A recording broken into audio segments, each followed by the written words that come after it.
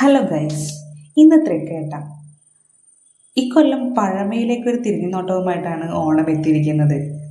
കാരണവുമുണ്ട്. ഞങ്ങളുടെ വീട് പണി കഴിഞ്ഞിട്ട് 5 വർഷമായി.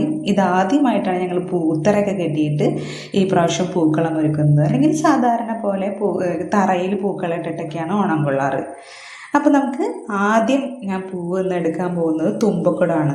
ആദ്യം തന്നെ നമ്മൾ തുമ്പക്കുടമോ മുക്കുറ്റിയൊക്കെയാണ് വെക്കാമെന്നാണ് കേട്ടിട്ടുള്ളത്. എൻ്റെ മുത്തശ്ശിയൊക്കെ പറഞ്ഞ് കേട്ടിട്ടുള്ളത് അങ്ങനെയാണ്.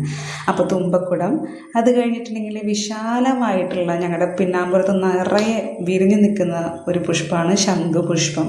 ഇങ്ങനെ നല്ല പന്തൽ പോലെ നല്ല ഭംഗിയാണ് പിന്നാമ്പുറത്ത് ഇങ്ങനെ കാണാനായിട്ട്. നമുക്ക് വേനൽക്കാലത്ത് വെയിലൊന്നും അധികം കിട്ടില്ല, അതുകൊണ്ട് തന്നെ നല്ല ഭംഗിയാണ്. നല്ലൊരു തണുപ്പൊക്കെയാണ് അതിൻ്റെ അടിയിൽ നിൽക്കാൻ തന്നെ. അത് കഴിഞ്ഞിട്ട് കുറച്ച് മന്ദാരം കിട്ടിയിട്ടുണ്ട്, തുളസിക്കതിരി കിട്ടിയിട്ടുണ്ട്, അതുപോലെ കുറച്ച് വാഗപ്പൂവ് നമുക്ക് കിട്ടിയിട്ടുണ്ട്. അപ്പോൾ ഇതൊക്കെ കൊണ്ടാണ് ഞാനിന്നൊരു തൃക്കേട്ട പൂക്കളം ഞാനിന്ന് ഒരുക്കാൻ പോകുന്നത്. അപ്പം ഇതാണ് നമ്മുടെ ഇന്നുണ്ടാക്കിയിട്ടുള്ള പൂക്കളം തൃക്കേട്ട. അപ്പോൾ താങ്ക് യു.